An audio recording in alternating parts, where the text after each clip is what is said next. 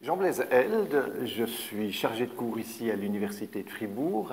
Je suis là en tant qu'enseignant, mais aussi en tant que spécialiste de la communication orale, de la communication écrite et de la communication média, c'est-à-dire qu'effectivement je donne, à part mes différents enseignements ici, je donne pas mal de cours à des adultes pour de média training notamment, ou de prise de parole en public. Alors, je n'ai pas choisi d'enseigner à Fribourg, c'est un peu le hasard. C'est Jean Widmer qui, à l'époque, m'a fait confiance. Et puis, cette confiance s'est renouvelée avec Madame Bourgeois. C'est vrai que c'était une chance, une grande chance. Aujourd'hui, si je devais choisir une université, ben, je viendrais à Fribourg parce que je trouve que le climat, l'échange, il est vraiment important. Il se passe des choses, on se salue quand on se croise, et ça, je trouve que c'est assez exceptionnel.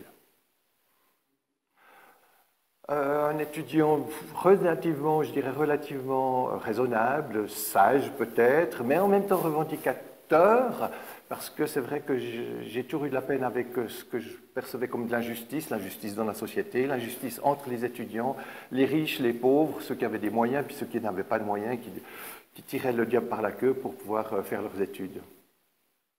Alors, j'ai de la peine à dire si j'ai des loisirs ou si j'ai pas de loisirs. En fait, tout ce que je fais, c'est un peu loisir. C'est-à-dire que quand je donne des cours ici, par exemple à l'université, j'ai un tel plaisir que pour moi c'est une forme de loisir. Si je vais au cinéma, j'ai l'impression que je m'informe, oui, mais en même temps c'est des loisirs. Donc j'arrive pas à mélanger à dire qu'est-ce qui est loisir et qu'est-ce qui est travail. Au fond, tout est mélangé. J'ai pas de lieu privilégié parce que je n'habite pas Fribourg et comme je n'habite pas Fribourg, ben, je ne vais pas le soir tellement manger dans les bistrots de Fribourg.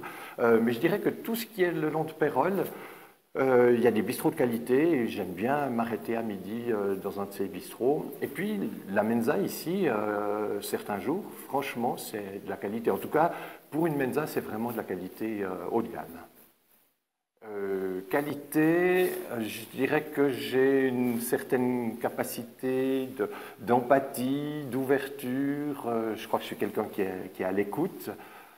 Puis le défaut, c'est peut-être que j'ai cette empathie, cette qualité d'écoute qui fait que peut-être que parfois je ne suis pas suffisamment rigoureux, limitant dans ce que je fais.